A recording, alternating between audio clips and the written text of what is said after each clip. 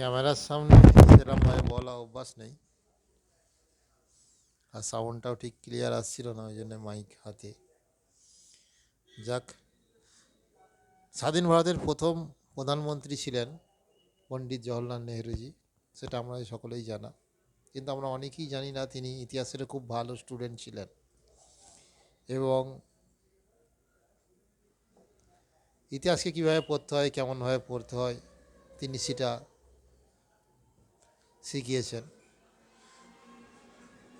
একবার আইএএস অফিসাররা কিছু কৃষকদের জন্য পলিসি তৈরি করার জন্য ওনার কাছে আসেন এবং তিনি বলেন যে সুলতানি যুগের একজন শাসক ছিলেন সুলতান আলাউদ্দিন খলজি, তার ইতিহাস বই নিয়ে আসতে তিনারা নিয়ে আসেন।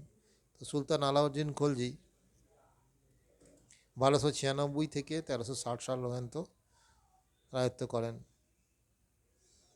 তিনার আমলে সবথেকে বেশি মঙ্গল আক্রমণ ঘটে, চেঙ্গিস খান আক্রমণ করেন, রাজপুতরা আক্রমণ করেন। সেই আক্রমণকে প্রতিহত করার জন্য তিনি একটা বিরাট বড় লার্জ স্ট্যান্ডিং আর্মি গঠন করেছিলেন। শুধু এই লার্জ স্ট্যান্ডিং আর্মি গঠন করলেই তো হবে না, এই বড় আর্মির ভরণ পোষণও দরকার। সেই জন্য আর্মি অফিসাররা ওনার সঙ্গে কথা বলতে থাকেন যে ওই বেতনে তাদের অসুবিধা হচ্ছে, তাদের যেন কিছু ব্যবস্থা করা হয়, তাদের বেতনের বাড়ানোর ব্যবস্থা করা হয়। আলাউদ্দিন খলজি নিজেদের লোকের সঙ্গে আলোচনা করলেন, সেখান থেকে অনেক আইডিয়া বার হয়ে এলো।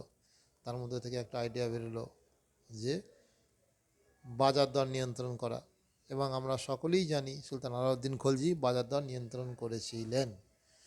এই বাজার দর নিয়ন্ত্রণ করার ফলে মানে তারা যা বেতন পেত, সেই বেতনে তাদের সমস্ত রকম খরচা খরচ বাদ দিয়ে তাদের উদ্বৃত্ত থেকে যেত এবং এক প্রকার বলতে গেলে তারা সবাই বড় লোক হয়ে যায়।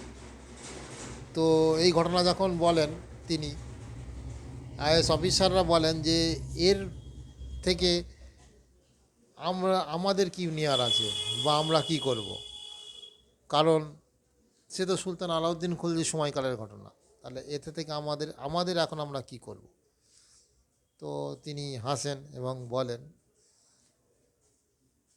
যে সুলতান আলাউদ্দিন খলজির ইতিহাস আমাদের এটা শেখায় যে তিনি বাজার দর নিয়ন্ত্রণ করেছিলেন, আর আমাদের মিলিটারিদের জন্য একটা আলাদা মানে বাজার করা দরকার, যেই বাজারটাকে আমরা এখন